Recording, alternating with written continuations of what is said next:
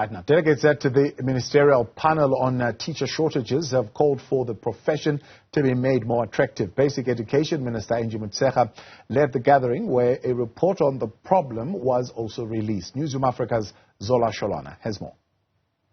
Those gathered at a panel discussion on teacher shortages are calling for policy to be used to address the problem.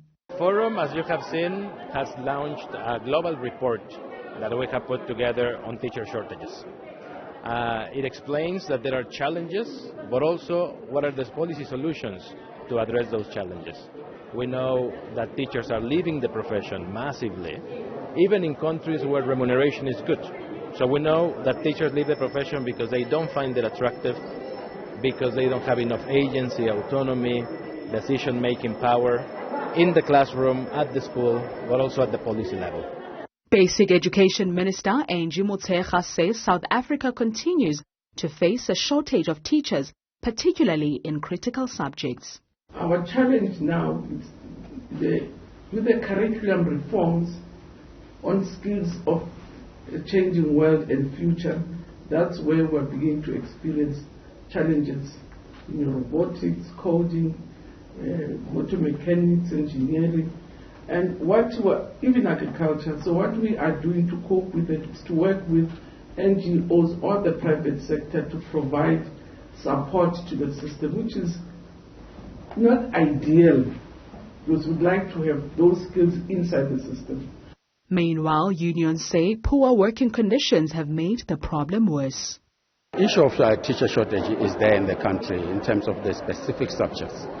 For example, in the STEM field, we do have a lot of shortages, and hence we are having teachers who work overtime because we don't have enough teachers in terms of mathematics, accounting, and economics and so forth. But we also have a problem in terms of languages, in particular African languages, and there's a shortage, very serious shortage around that particular area. They are a major challenge.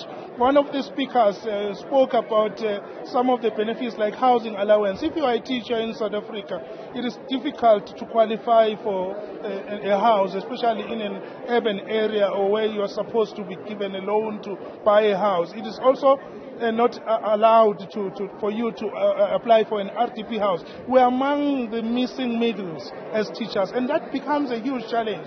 But if the issue of the benefits can be addressed, I think more young teachers can be attracted into the teaching profession.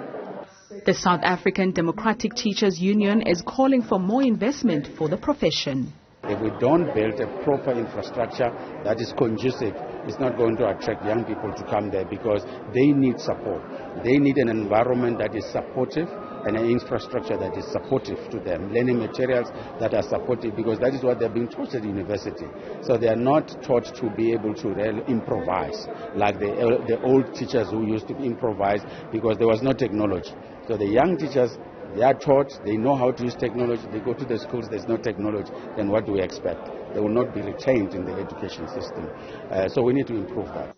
The United Nations Educational, Scientific and Cultural Organization has vowed to monitor global progress through data collected from various countries in a bid to boost quality education for all. For Newzroom Afrika on Channel 405, I am Zola Sholwana in Sandton.